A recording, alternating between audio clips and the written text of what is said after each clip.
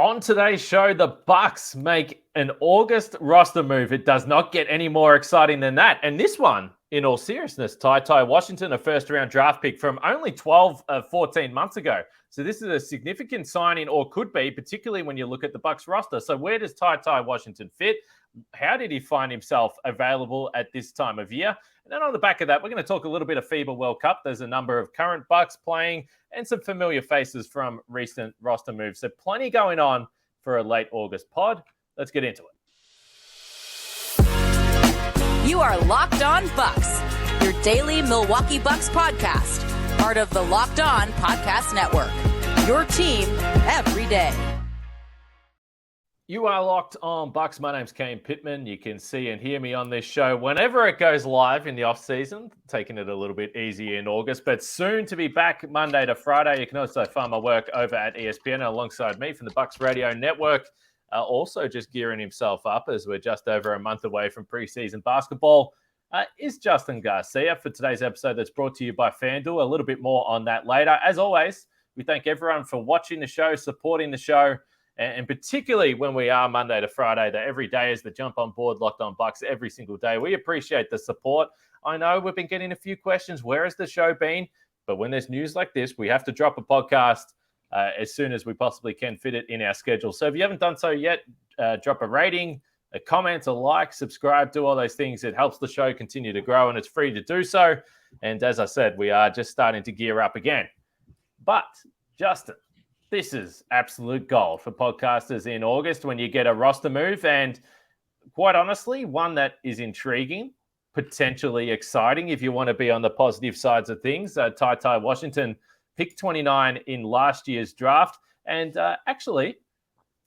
Justin, I believe in the Locked On mock draft that we had that year prior to the draft, a selection from Kane Pittman. TyTy Washington was the guy I had in that draft, and now I never sit back and try and act like I am an expert in those types of things. That's why we defer to Sam Vecini, who comes on this podcast, and our friends in that world. But either way, an intriguing name leading into the draft, and I would say still 14 months later, an intriguing name.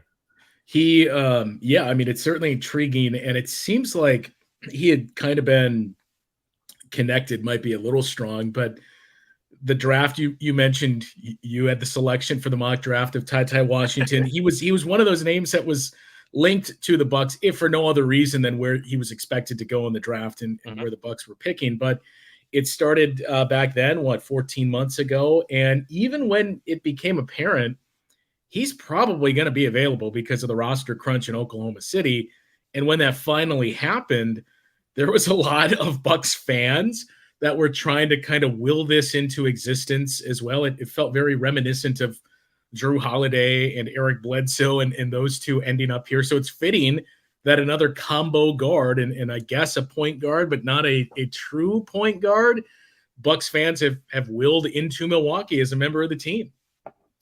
So let's go back to Sam Vecini's original story. And he also did this in combination with Kelly Iko there, who covers the Houston Rockets. So if we go to the strengths part here, and Sam says, good size and length for a combo guard who shades more towards the lead guard position at 6'3" with a 6'8" wingspan. Not a great athlete, but plays with great pace. Washington's critical skill is the ability to process the game faster than others. Seems to make the right play far more often than not. His best skill is a passer, but then he goes on to say that he can be a talented scorer as well. And as you sort of referenced, perhaps more of a combo guard than your pure out-and-out point guard, but obviously had a pretty good year in Kentucky. And it's interesting because with Houston last year, only the 31 appearances. And ultimately, I think that when you have signings like this, it all comes down to timing. And there was going to be a roster crunch in Houston as they look to evolve. He ends up in Oklahoma City. They had like 19 guys on their roster and super talented young players.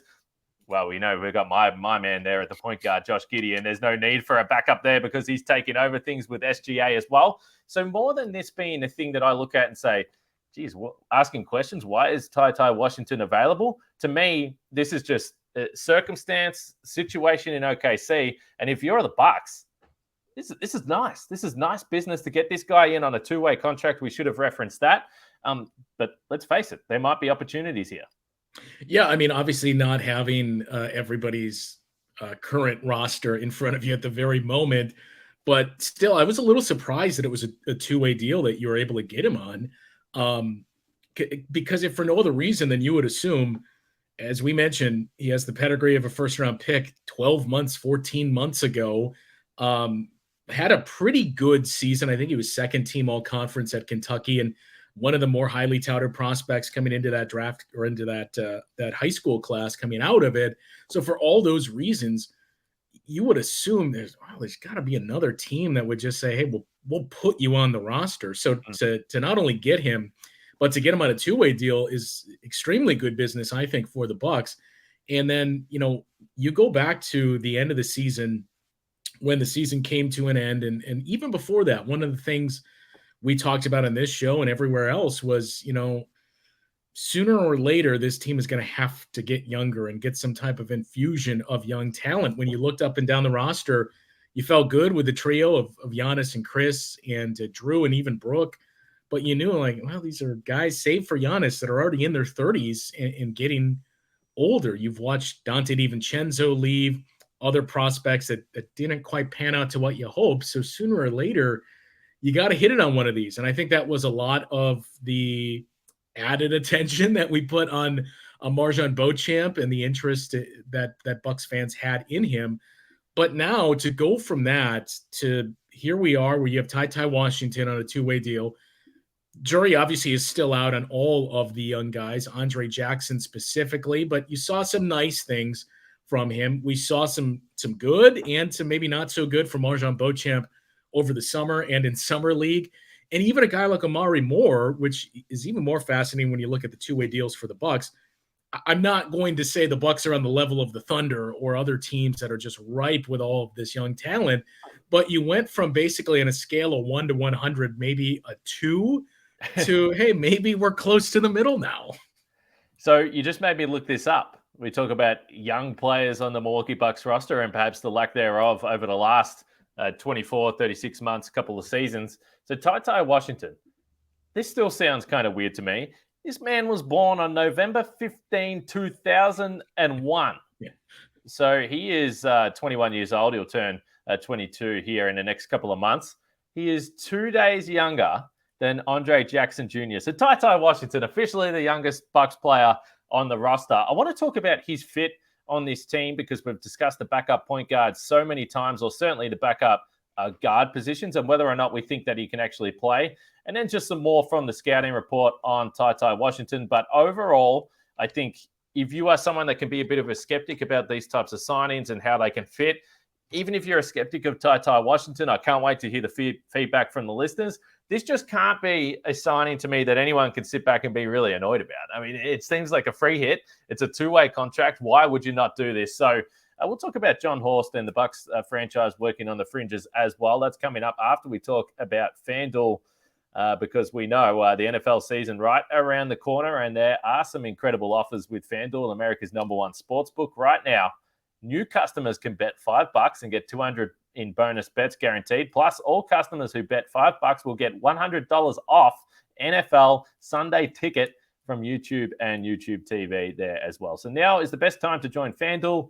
The app is easy to use and you can be on everything from spreads to player props and more. And just quickly, because we're going to talk about the FIBA World Cup a little bit later on, USA still the favorites there. Canada right there. Canada's been on fire in this tournament. Spain, you can get it plus 1,000, the third favorite. Germany plus 1,200. Australia just dropped a little bit, plus 1,600. If you're asking me, there's some value there for the Aussies. Get on board now while you can. So visit FanDuel.com/lockedon and kick off the NFL season with an offer you won't want to miss. FanDuel, official partner of the NFL. All right, don't forget to keep it locked on Bucks and subscribe and turn your notifications on, and you'll know when we are dropping a show next. And it really ramps up over the next few weeks as we build into preseason. So if you've been sitting back and you've been missing the daily shows, don't panic because they're about to come back because the 2024 season is not too far away. So the backup point guard position, Justin, and look, we've discussed this. It might actually have been the biggest talking point of the offseason in terms of roster construction once the Bucks started to fill out this team. You've already mentioned Andre Jackson Jr., and I think we've sat back and said, is he going to be the guy that's actually going to get some minutes here at the guard position? And Malik Beasley obviously joining the roster as well. Drew Holiday will be the starter. Where does Grayson Allen fit in all this? So I already referenced the fact that TyTy Washington, 31 appearances last year, pretty low minutes on a Houston Rockets team that wasn't winning a lot of games.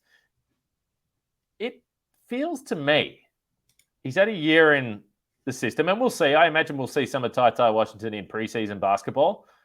But I don't think it's the craziest thought in the world to think that, again, because of the roster construction, he might get some opportunities, particularly early in the season, leading into Christmas, when maybe the Bucks are trying some things. They're trying to figure out a rotation, and quite honestly, probably trying to see what they've got with Washington.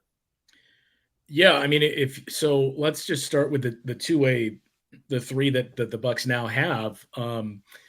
We spent most of the offseason, or at least post-draft, focusing on, well, they can't possibly be done. What are they going to do for a backup point guard? And it appears as though the Bucks are going to say, you know what, our backup point guard is these three guys that we have in Lindell Wigginton, Omari Moore, and now TyTy Washington, all point guards or combo guards in the case of Moore and Washington. So if one of those guys makes a leap, that could prove to be very beneficial. When you talk about playing time, if you look back at the two-way deals or the two-way players last year, Mamu played about 25 games. All of that was obviously early in the season. And then, of course, he was no longer with the team, about midway through the season. So if that trend continued, you were going to see a decent amount of playing time for Sandro Mamukelashvili. Lindell Wigginton just played about 10 or so, but AJ Green played close to half of the season. So you're going to see those opportunities, and especially when you look at some of the guys that aren't there. When we talked about searching for the backup point guard, George Hill, who was a part of the team last year, is gone. Obviously, Joe Ingles, who for all intents and purposes became your backup point guard, he's gone. So there's going to be opportunities for guys there, and I think it's going to be pretty fascinating to watch all three of those guys to see who makes the most of those opportunities. Obviously, with his pedigree and with his age and the fact that he was a first-round pick, you would hope that that's TyTy Washington that just takes it and runs with it. But the fact that, Lindell Wigginton just keeps hanging around for these last 3 years, there's certainly something there that they like. We've seen him run an offense capable, I would say. I don't think anybody here is going to say Lindell Wigginton is a starting quality point guard and even a backup point guard. He'd be towards the bottom of the list. But the fact that this is going to be, year number 3, I know in a different system now, but with these teammates, that speaks for something there. So to me, there's going to be a lot of playing time for all three of these guys, and especially early in the season to see how things shake out.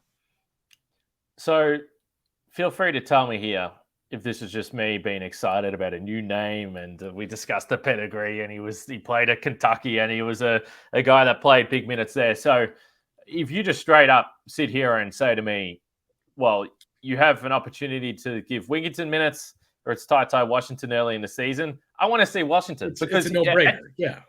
Because at 21, you want to see what you've got here. And it is worth noting, and this is looking far into the future, and maybe you find that you've got a gem here, and we've discussed how can the Bucks move into the next window? How can they continue to improve the roster and build the roster? Well, it's stuff like this, and it's a long shot that it works out. But when it does work out, this is the goal that you can have potentially moving forward. You look at the guys on the back end of the roster. I know they just drafted Chris Livingston, but he's probably the 14th, 15th guy. And where does Robin Lopez fit? And AJ Green, does he develop and be a guy you want to keep? So if things really work out, there is obviously going to be room that the Bucks can work out a way to keep TyTy Washington around as well, which is nice with the flexibility with a two-way contract. So I think from that point of view, it's a no-brainer to get a guy. So these opportunities just don't come around. Again, it's not like something dramatically bad has happened. It feels like just a bad roster fit and limited opportunity. Yeah, and I omitted him when we were talking about this team going from basically no young players to all of a sudden, not like on the level of some of the other teams that we've referenced. Like it's not like, oh, this is like the Thunder or even some of the young players, ironically enough, that you see in Houston.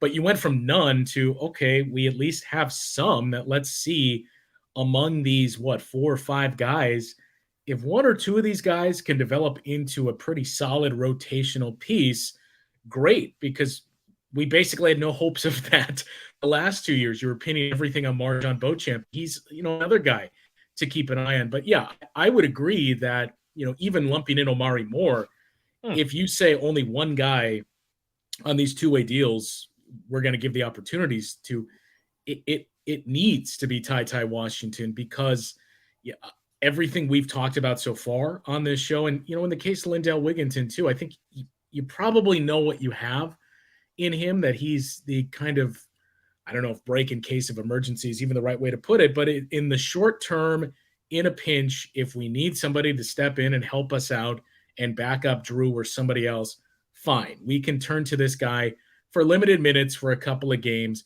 But I'm not trying to say that, well, maybe, Lindell Wigginton can develop into a guy that you continue to build. Maybe he can develop into a guy that you play more than 10 minutes a game, but I think that's where you're at. So with that, and with the, the strengths and weaknesses that we saw from Omari Moore in summertime and in the summer league, on paper, it makes all the sense in the world to say, okay, let's see what we have here in TyTy Washington, for the reason that, number one, you'd love to have another capable ball handler. And of all those guys, I think the one thing that jumps out the most, if we look at Andre Jackson, Omari Moore, Lindell Wigginton, everybody that we've referenced so far, we joked after the draft that the Bucks are kind of doing this thing where they're adding more athleticism, which was the other thing we talked about going into the offseason. You need to get younger, and you need more size and athleticism on the wing. Well, the Bucks added a decent amount of that, but it all came in the form of guys who the knock on them was, I don't really know if they can shoot. And that's not the case with TyTy Washington. I know if you look at his numbers last year, they weren't great. I think he shot around 25% from three, but again, it was 30 games that we're talking about. It was up and down playing time, and he's another guy in the scouting report. We think he can develop a pretty good jump shot from the mid-range and three-point, which is not going to be the case, at least I don't think, for the other names that we mentioned. So let's go back to the Fassini scouting report here, and that's perfect segue from you, Justin. So Fassini says, I like Washington from beyond the three-point line. I think the percentages are lowered because of some mid-season ankle injuries. This was going back to the year at Kentucky. He's better from mid-range, but I trust him from three. He hit 33% of his pull-up threes per synergy, has some real step-back skills, and again, can do it going both to his right and left. I do think he's better off the catch right now, but has certainly some optimism that projecting forward, he can be a guy that can shoot a little bit better than that. And we've discussed it before. The rhythm for a rookie, when you're coming in, you're playing spot minutes, it's all over the place, it's erratic. That can't be easy as a shooter to know when those touches are coming and those shots are coming. So we'll see. And if he's a two-way guy and he's not in the Bucks and he's not playing, go to the Herd, play some G League basketball and get some big minutes there. And if you're someone that's interested in watching that team, I think we've projected, I think that this is going to be a pretty highly entertaining Wisconsin Herd team that if you're a Bucks fan, you're going to want to watch because you're seeing these guys for the future. And last point before we move on to FIBA World Cup is that if you had said last year, the Bucks have got pick 24 in the draft, pick 29 in the draft, and they get MarJon Beauchamp, then they pick up TyTy Washington, I guarantee you we would have been chatting on the podcast last year because the fans would have been furious that TyTy Washington wasn't getting minutes, and it would have been a big talking point like it has been for MarJon Beauchamp. So it almost feels like now you've got two guys coming in that have been there, haven't had the opportunities, second-year guys, reason for optimism, and more than anything, it's just exciting. I think if you're a Bucks fan, to add another young, talented player in the mix with that pedigree, we already discussed. So let us know what you think in the comments about TyTy Washington and the fit. And surely you haven't got any complaints, but if you do, let us know and we'll break all that down. But some exciting August news. There is a major basketball tournament going on right now. That's the FIBA World Cup. We're just going to run through a few of the numbers, the stats, and give an update on where those teams are, just in case you haven't been following, because now is the time to jump onto the FIBA World Cup. We're really rapidly approaching knockout basketball. We'll talk about that next.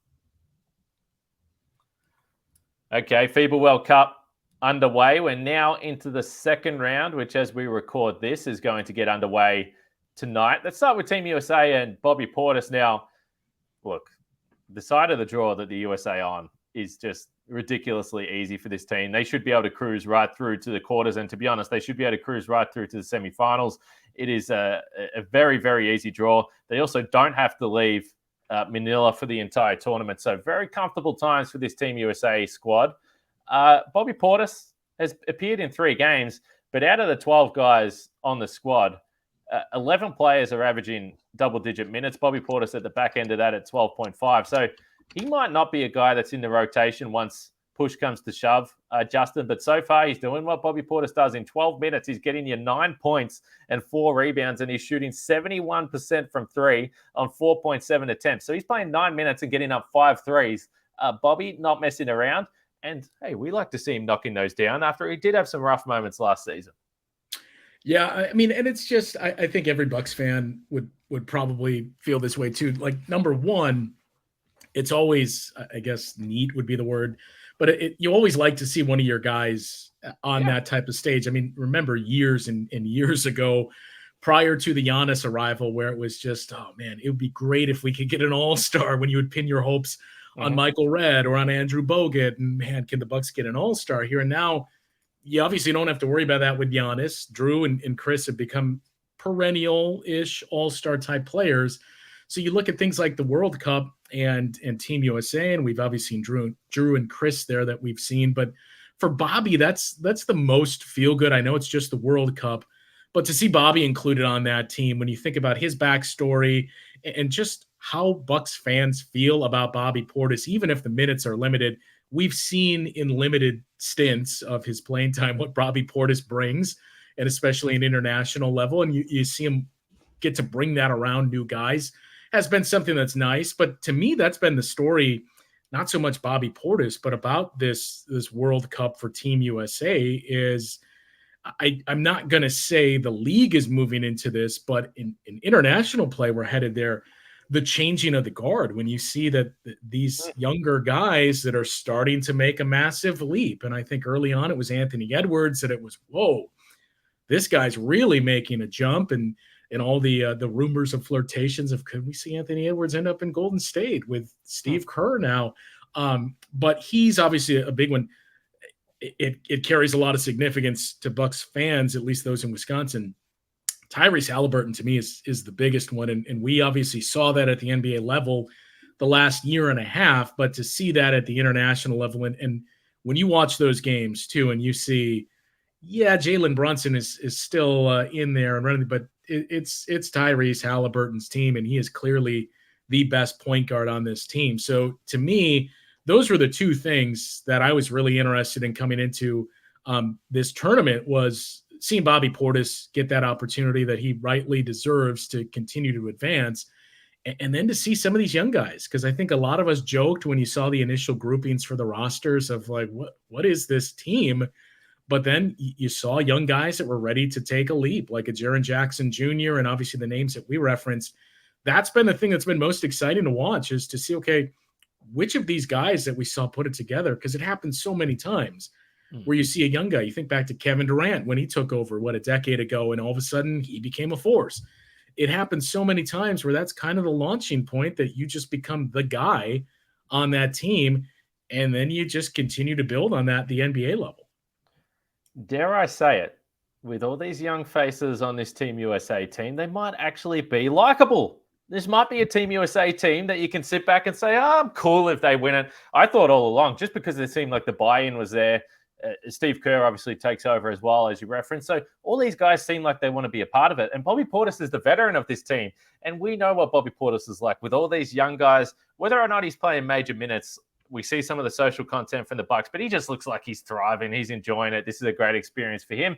And for Bucks fans, it's cool that Bobby Portis is going to come in. He's going to be energized. He's playing a role for Team USA. Maybe he gets a gold medal. Surely he'll get some kind of medal, you would assume here. So yeah, it's cool to see Bobby there. And obviously, maybe they might be on a collision course with Canada there as well. So we'll see how that plays out. Now, first of all, I'm not sure what you mean with maybe this team is actually likable. That seems like a pretty big shot to be, but I get it. When you think back to the teams of old, they were basically the Warriors in 2016, 17, where it was just mercenaries that would come in and let's handpick the best individual players at the NBA level that are Americans. And that's who you have to deal with. Good luck to the rest of the countries that are playing. But yeah, this one was different with not only, a roster construction that's very similar to other nations or other countries that we've seen go up against. When you see a guy and you think, oh, I forgot that he's Croatian, or I forgot that he's Serbian. that's kind of what we're like with this team when you see the likes of a Jaren Jackson Jr., Tyrese Halliburton, who obviously has recognition but isn't at the superstar level yet. And you see Walker Kessler on the team and getting playing time. And you're like, oh, I forgot about that. So in that sense, yeah, I agree. And also the buy-in aspect that you referenced too of, we want you here for the World Cup and just continue to be a part of this for the next couple of years. But this isn't just show up, win a medal, and leave. Like, we want to build a team here. Yeah, if you're not from America, just because if anyone's like, well, that's not a very nice thing to say about Team USA, but if you're not from America and you go, you would hate them. Yeah, you're just like, well, this is ridiculous. Like, how are we supposed to possibly compete with this? So now you have the young stars coming in. Also, I love the personalities, but also with this team, as I said, there seems like there's a buy-in and an excitement to play rather than, all right, let's get some big names together, win gold, and get the hell out of here. It seems like they're invested. And then if you are, like me, Australian or from somewhere else, you might look at the team and say, okay, there's a chance. If we can get to a semifinal, we can get to a gold medal. We know the rest of the world, certainly in basketball, is catching up as well. There's some seriously, seriously talented teams. Already referenced Canada. Australia, 10 of the 12 guys are NBA guys. That's never been the case before. And Europe, we know all the powerhouses there as well. So I think overall, it's fun to see some of these matchups and these teams that probably think like they're a chance, and there's not the same intimidation factor. And I think that matters for a tournament like this. Now, it might change for the Olympics when all the stars roll back in. We'll see. But certainly for a World Cup, I think this is an awesome tournament that people should jump in and watch. Yeah, I've enjoyed it. And by the way, too, when we mentioned young guys that are starting to take that leap or evidently doing so, and we mentioned Anthony Edwards and Tyrese Halliburton, but you mentioned Canada. We would be remiss not to mention what Shai Gilgeous-Alexander has done for that team and why they have become a force in this tournament on the heels of being an MVP consideration last year. So when you talk about guys making a leap, you could argue Shai already made the leap and now he's just going up another step here. Yeah, absolutely. And no Giannis, that's the big shame, particularly for our listeners of this show. We would love to watch that because Greece did make it through to the second round. They got a little bit of a scare from my friends over in New Zealand, but they were able to get that win. They finished 2-1 in the group stage. So no Giannis, no Jokic, no Kristaps Porzingis. Canada, we mentioned Jamal Murray. He's not playing. So there are some seriously big names that aren't there, which is a shame. But certainly still enough star power. I know Australia's a few hours away from playing Slovenia and Luka, and who knows, he's going to drop 70. Hopefully not, and Australia can get the win. They need to win from here. I mentioned Greece, though, and there's some names that if you follow the Greece team like we have, certainly at Eurobasket last year, some of the bigger performances and names that really just stick with my mind from watching that tournament when Giannis was there, whether it be Papa Petru and Papa Giannis, someone that our Greek fans always jump in the YouTube comments and say he should be back in the NBA, but he's scoring 11 points and 6 rebounds as well. He's been good. So I don't know the longevity for Greece in this tournament. We'd love our Greek friends to jump in the YouTube comments and let us know. Are they invested without Giannis? Are they excited? Do they think that they can reach a quarterfinal? It might be challenging, but I'd be curious to know because they're going to know more than us. And Thanasis has been playing big minutes, but hasn't had a big game to this point in the tournament. As far as just other guys, obviously Joe Ingles is playing for Australia. He hasn't had a dominant game yet, but just been really impactful with the ways that we saw facilitation. The other guy that I wanted to mention, Sandro Mamukelashvili, who's playing for Georgia in this tournament, and he's scoring in double digits. He's getting 6 rebounds, 3 assists as well. And Mamu, always a guy, Justin, that I'm going to support and want to do well because he was a fun player to watch. And he also seemed just like a really cool guy, a fun personality. You saw that certainly up close more than I did. Yeah, just the personality first and foremost. And I think he's another guy when we talk about, the Bucks just haven't had these young guys. It's usually been just one guy that you would pin your hopes on the last few years in terms of developing into something. And that, oh, by the way, that one guy has always been either a second round pick or towards the end of the first round, just, by proxy of how successful the Bucks have been. But with Mamu, I remember when they drafted him and seeing some of the highlight packages, and a lot of people around here too, Marquette fans, having seen him up close at Seton Hall, you saw the playmaking ability. And I think that's what really stood out the most with him. I've kind of joked about it. He's the most deceiving 6'11" player in the league because there's just no wingspan really and rim protection. I think that's ultimately the one thing that Mamu is missing. We saw him get an extended look in San Antonio last year after he went there and did some nice things. It's going to be interesting to see how he fits in with Victor Wembanyama now and the rest of that team. But yeah, that's the one thing with Mamu that you feel like, man, he would be a pretty good rotational piece on 25 teams in this league if he had a little more wingspan or if he was a true 7-footer, because that's the one thing that just appears to be missing. Yeah, congratulations, Mamu. You go from defending Giannis in practice to now you've got Wemby as well. So he's just like, is there any chance I can just get a standard-sized big man rather than these guys that are just absolutely outrageous? But it's fun to see some of those familiar faces. I've missed a couple, I'm sure, but that are in the FIBA World Cup. And it's getting to the exciting part now. Let's wrap this up, though. It was fun to do a podcast because, as we said, you get to August, late August, dead period, but we've got a really cool basketball tournament going on with medals not too far away. And the news, which I'm excited about. TyTy Washington, let us know what you think. Jump in the YouTube comments in particular and interact with the show and get involved. And like I said, it's still a couple of weeks of quiet time here. So continue to drop your ideas for content for other teams you want to hear from. I've been a little tied up with some other things. So I've been trying to get the podcast out, but we'll continue to work on that. So make sure you stay involved with the show. Justin, it's a pleasure to drag you out. And get you back on the podcast team because we're gonna start to warm up. We're gonna start to warm up. The NBA season is not too far away. Yeah, we got about 3 weeks basically. Once you get to around the 20th of September, we'll start to have media day and training camp, and then before you know it, it's here. So the last few weeks that we have. All right. Well, subscribe, drop a like, a comment, rate, review, do all those things. Continue to support the show because we're gearing up for another big NBA season. For this show, though, we're done. For Justin and myself, we'll speak to you guys next time.